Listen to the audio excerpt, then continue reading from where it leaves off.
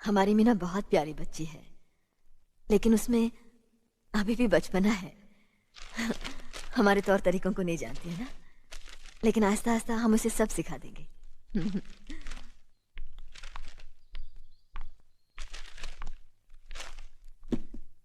बड़े भैया, ये अपने घर जाना चाहती है। जाना भी चाहिए, 4-5 महीने हो गए, मायके की याद भी आती होगी इसे। और अर्जुन, तुम्हारे ससुर जी तुम्हें कई बार बुला चुके हैं, तुम भी कुछ दिनों के लिए हो आओ, तुम्हारा मन भी बहल जाएगा।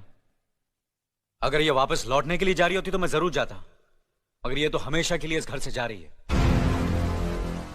कैसी बातें कर रहे हो? अगर तुम दोनों के ख्यालात एक दूसरे से नहीं मिलते तो इस मामले को घर की 4 दीवारी में बैठकर आपस में सुलझा लेना चाहिए। बहू शहर की पढ़ी लिखी लड़की है, उसे गांव की रीति रिवाज के बारे में क्या मालूम।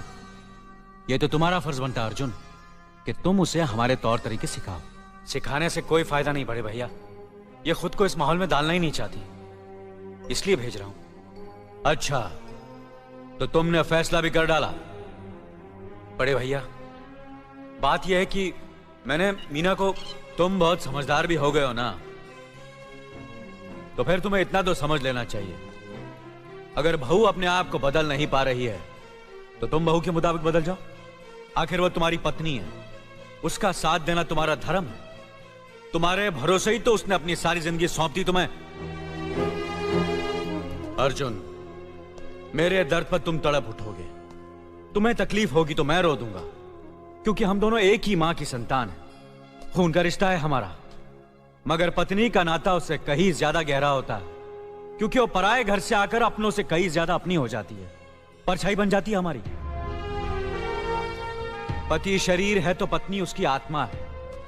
पत्नी ही पति के जीवन को सही अर्थ देती है, उसे कामयाब बनाती। पत्नी के बगैर पति बेजान और बेमाने हो जाते।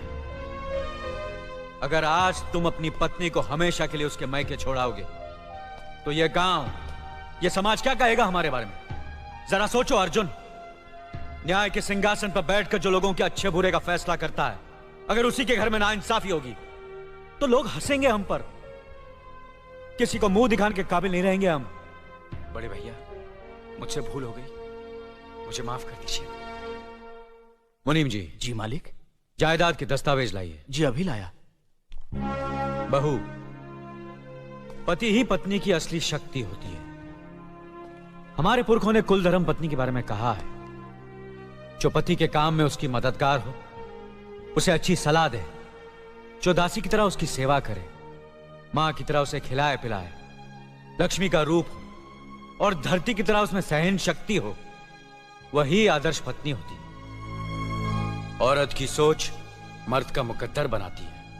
वो जब बनाने पर आती है तो कुटिया को महल कर देती है, और जब बिगाड़ने पर उतरती है तो महल को मिट्टी का ढेर बना देती है। मालिक, ये जायदाद के दस्तावेज हैं। हमारी जमीन जायदाद कहां कहां है और कितनी है, उसका हिसाब किताब ना बाबूजी को मालूम था, ना हम तीनों भाइयों को मालूम है। बहू, तुम पढ़ी लिखी हो, आज से इसका हिसाब किताब तुम देखोगी। लक्ष्मी जी। अपनी चाबियों का गुच्छा और ये कागजात बहू को दे दो।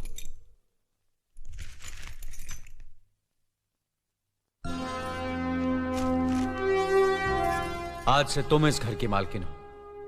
तुम जहां कहोगी, जिस कागज पर कहोगी, हम तीनों भाई चुपचाप आंख बंद करके दस्तखत कर देंगे।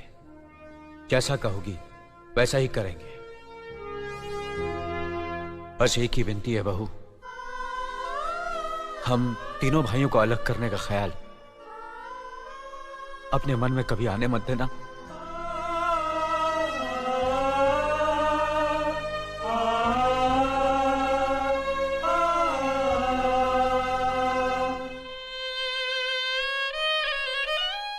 बहुत अच्छा किया तुमने बहू, बहुत अच्छा किया। इनकी आंखों में आंसू देखने की हमने सपने में भी उम्मीद नहीं की थी, लेकिन तुमने हमें दिखा दिया। बहुत अच्छा किया तुमने, बहुत अच्छा किया।